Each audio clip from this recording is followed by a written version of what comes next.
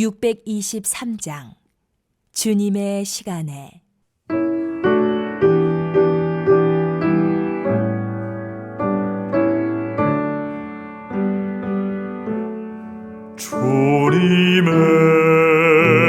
주님의 시간에 아름답게 모든 것 변하리.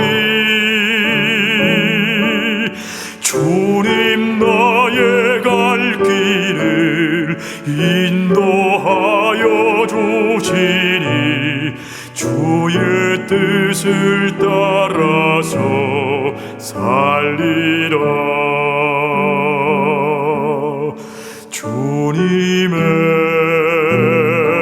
주님의 시간에 아름답게 모든 것 변하리.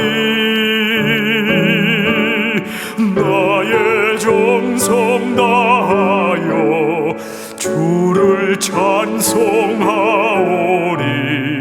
주의 뜻을 이루어 주소서.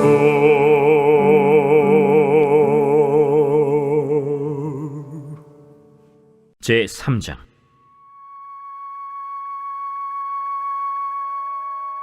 사울의 집과 다윗의 집 사이에 전쟁이 오래매 다윗은 점점 강하여 가고 사울의 집은 점점 약하여 가니라. 다윗이 헤브론에서 아들들을 낳았으되 맏아들은 암논이라 이스라엘 여인 아히노암의 소생이요 둘째는 길르압이라 갈멜 사람 나발의 아내였던 아비가일의 소생이요 셋째는 압살롬이라 그술 왕 달메의 딸 마아가의 아들이요 넷째는 아도니아라 학기스의 아들이요 다섯째는 스바디아라 아비달의 아들이요 여섯째는 이드르암이라 다윗의 아내 에글라의 소생이니 이들은 다윗이 헤브론에서 낳은 자들이더라.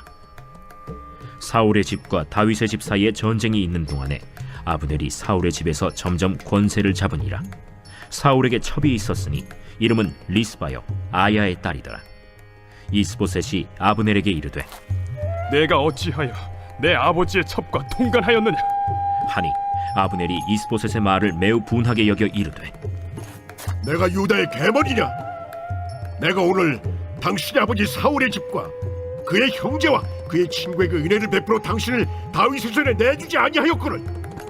당신이 오늘 이 여인에게 관한 허물을 내게 돌리는도다. 여호와께서 다윗에게 맹세하신 대로 내가 이루게 하지 아니하면 하나님이 아브넬에게 벌이에 벌을 내리심이 마땅하니라. 그 맹세는 곧 이 나라를 사울의 집에서 다윗에게 옮겨서 그의 왕위를 단에서 브엘세바까지 이스라엘과 유다에 세우리라 하신 것이니라.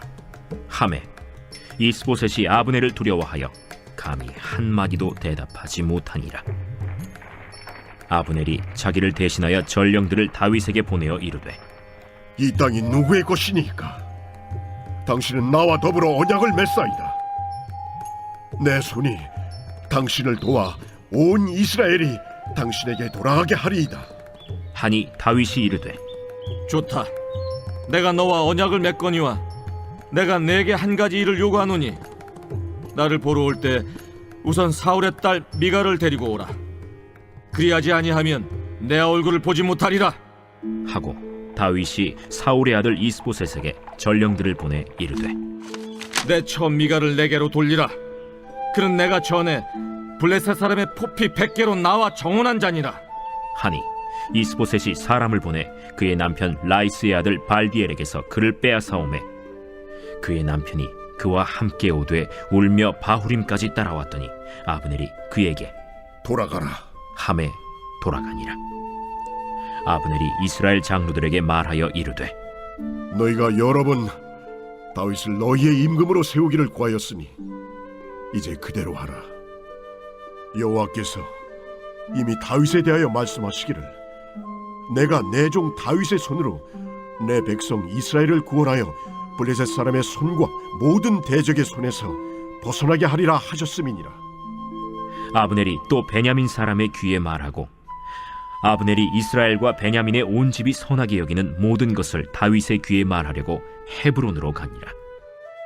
아브넬이 부하 20명과 더불어 헤브론에 이르러 다윗에게 나아가니 다윗이 아브넬과 그와 함께 한 사람을 위하여 잔치를 배설하였더라. 아브넬이 다윗에게 말하되 내가 일어나 가서 온 이스라엘 무리를 내 주 왕의 앞에 모아 더불어 언약을 맺게 하고 마음에 원하시는 대로 모든 것을 다스리시게 하리이다. 이에 다윗이 아브넬을 보내매 그가 평안히 가니라. 다윗의 신복들과 요압이 적군을 치고 크게 노력한 물건을 가지고 돌아오니 아브넬은 이미 보냄을 받아 평안히 갔고 다윗과 함께 헤브론에 있지 아니한 때라. 요압 및 요압과 함께한 모든 군사가 돌아오매 어떤 사람이 요압에게 말하여 이르되 넬의 아들 아브넬이 왕에게 왔더니 왕이 보내매 그가 평안히 갔나이다. 요압이 왕에게 나아가 이르되 어찌하심이니까? 아브넬이 왕에게 나왔거늘 어찌하여 그를 보내 잘가게 하셨나이까? 왕도 아시려니와 넬의 아들 아브넬이 온 것은 왕을 속입니다. 그가 왕이 출입하는 것을 알고 왕이 하시는 모든 것을 알려 함이니이다. 요압이 다윗에게서 나와 전령들을 보내 아브넬을 쫓아가게 하였더니 시라 우물가에서 그를 데리고 돌아왔으나 다윗은 알지 못하였더라.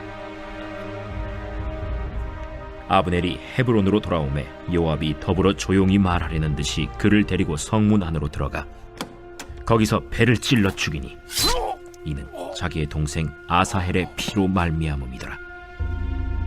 그 후에 다윗이 듣고 이르되 넬의 아들 아브넬의 피에 대하여 나와 내 나라는 여호와 앞에 영원히 무죄하니 그 죄가 요압의 머리와 그의 아버지의 온 집으로 돌아갈지어다. 또 요압의 집에서 백탁병자나 나병 환자나 지팡이를 의지하는 자나 칼에 죽는 자나 양식이 떨어진 자가 끊어지지 아니할지로다. 요압과 그의 동생 아비새가 아브넬을 죽인 것은 그가 기브온 전쟁에서 자기 동생 아사헬을 죽인 까닭이었더라. 다윗이 요압과 및 자기와 함께 있는 모든 백성에게 이르되 너희는 옷을 찢고 굵은 배를 띠고 아브넬 앞에서 애도하라 하니라. 다윗 왕이 상여를 따라가 아브넬을 헤브론에 장사하고 아브넬의 무덤에서 왕이 소리를 높여 울고 백성도 다 우니라. 왕이 아브넬을 위하여 애가를 지어 이르되 아브넬의 죽음이 어찌하여 미련한 자의 죽음 같은고? 내 손이 결박되지 아니하였고 내 발이 착고에 채이지 아니하였거늘 불의한 자식 앞에 엎드려짐 같이 내가 엎드려졌도다. 하매 온 백성이 다시 그를 슬퍼하여 우니라. 석양에 뭇 백성이 나와 다윗에게 음식을 구원하니 다윗이 맹세하여 이르되 만일 내가 해지기 전에 떡이나 다른 모든 것을 맛보면 하나님이 내게 벌 위에 벌을 내리심이 마땅하리라. 하매 온 백성이 보고 기뻐하며 왕이 무슨 일을 하든지 무리가 다 기뻐하므로 이날에야 온 백성과 온 이스라엘이 넬의 아들 아브넬을 죽인 것이 왕이 한 것이 아닌 줄을 아니라. 왕이 그의 신복에게 이르되 오늘 이스라엘의 지도자여 큰 인물이 죽은 것을 알지 못하느냐? 내가 기름 부음을 받은 왕이 되었으나 오늘 약하여서 스루야의 아들인 이 사람들을 제어하기가 너무 어려우니 여호와는 악행한 자에게 그 악한 대로 갚으실지로다 하니라. 저와 함께 예배하시는 우리 사랑하는 성도님들의 삶과 가정 가운데 하나님으로부터 은혜와 평강이 넘쳐나기를 축복합니다. 나태주 시인의 시 중에서 이 좋은 사람이라고 하는 시가 있습니다. 시구를 보면 이렇습니다. 거기에 그냥 계시기 바래요.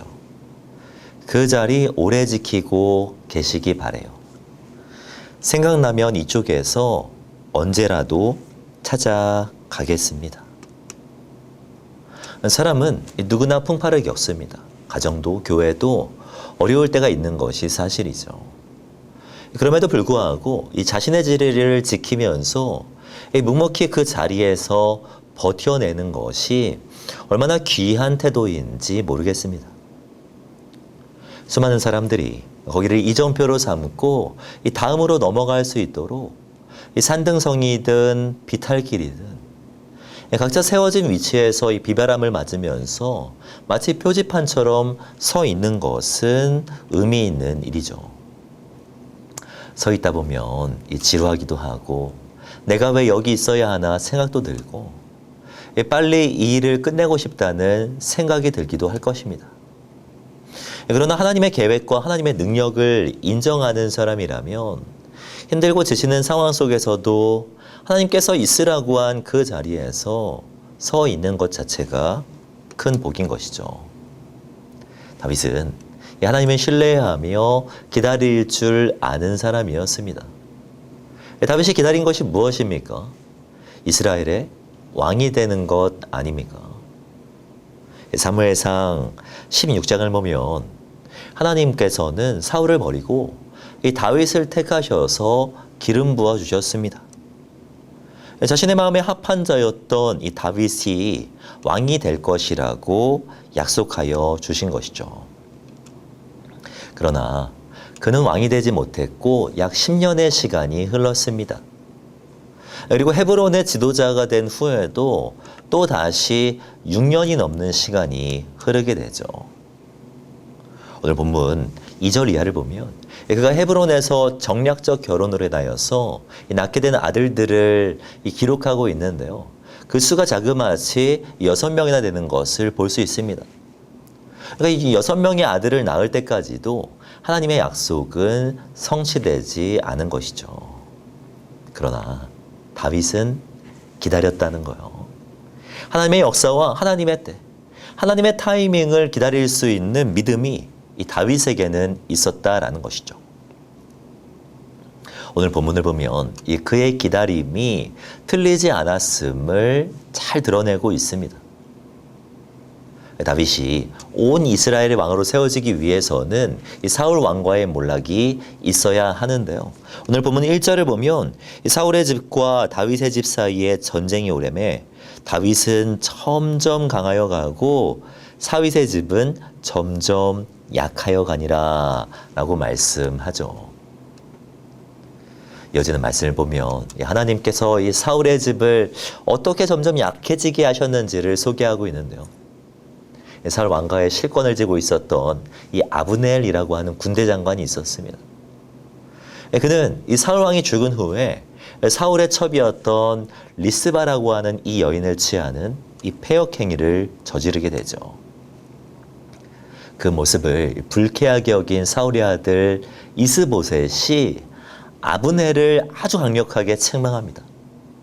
그러자 아브넬이 이렇게 말합니다. 이 8절을 보면 아브넬이 이스보셋의 말을 매우 분하게 여겨 이르되 내가 유다의 계머리냐 내가 오늘 당신의 아버지 사울의 집과 그 형제와 그의 친구에게 은혜를 베풀어 당신을 다윗의 손에 내주지 아니하였거늘 당신이 오늘 이 여인에게 관한 허물을 내게 돌리는도다 라고 고백하죠.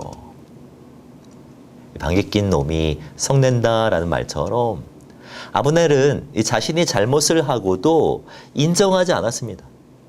오히려 이스보셋에게 분을 내었고 앞으로는 이 다윗의 진영에 서겠다라고 그렇게 마음의 결심을 하게 되죠. 12절을 보면 아브넬은 이 다윗에게 사람을 보내어서 언약을 제안합니다. 12절 말씀을 보면 아브넬이 자기를 대신하여 전령들을 다윗에게 보내어 이르되 이 땅이 누구의 것이니까 또 이르되 당신은 나와 더불어 언약을 맺사이다. 내 손이 당신을 도와 온 이스라엘이 당신에게 돌아가게 하리다 하니 라고 제안하고 있죠. 아브넬의 제안을 좋게 여긴 다윗은 자신을 만나러 올 때 사울의 딸 미갈을 데리고 오라고 말합니다. 아브넬은 그의 요청을 받아들였고 이 미갈을 데리고 다윗을 향합니다. 다윗과 화친하기 위하여서 이스라엘의 장로들을 회유하였고요.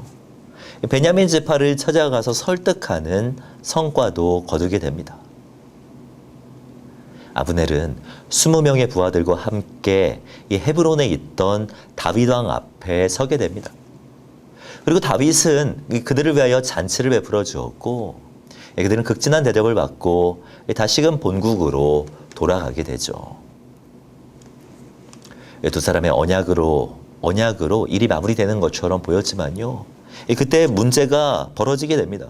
23절에 보면 요압 및 요압과 함께한 모든 군사가 돌아오매 어떤 사람이 요압에게 말하여 이르되 네레의 아들 아브넬이 왕에게 왔더니 왕이 보내매 그가 평안히 갔나이다 하니 요압이 왕에게 나아가 이르되 어찌하심이니까 아브넬이 왕에게 나왔거늘 어찌하여 그를 보내 잘 가게 하셨나이까 라고 따지며 나아가죠. 요압에게 이 아브넬이라고 하는 사람은요, 이 적이었고 원수였습니다. 몇 장 앞을 보면 요압의 동생 아사엘이 죽는 장면이 기록되어 있는데 다른 사람이 아니라 이 아브넬의 손에 죽게 되거든요. 그 사건 이후 이 요압은 이를 갈고 있었습니다. 그리고 본국으로 돌아가고 있었던 아브넬을 뒤따라가서 그 아브넬을 죽이게 되죠. 이 말씀 묵상하면서 은혜가 된 것은요, 하나님은 우리의 생각보다 더욱 응답하시는 분이라는 사실입니다. 하나님은 우리에게 응답하시되 크고 은밀하게, 크고 비밀하게 응답하시는 분이라고 말씀하죠. 이 말은 이 하나님의 역사를 연약한 우리는 온전히 알 수 없다는 것입니다. 은밀하고 비밀한 것이 하나님의 일하심이라는 것이죠. 다윗은 하나님께서 자신에게 어떻게 왕권을 허락하실지 알지 못했습니다.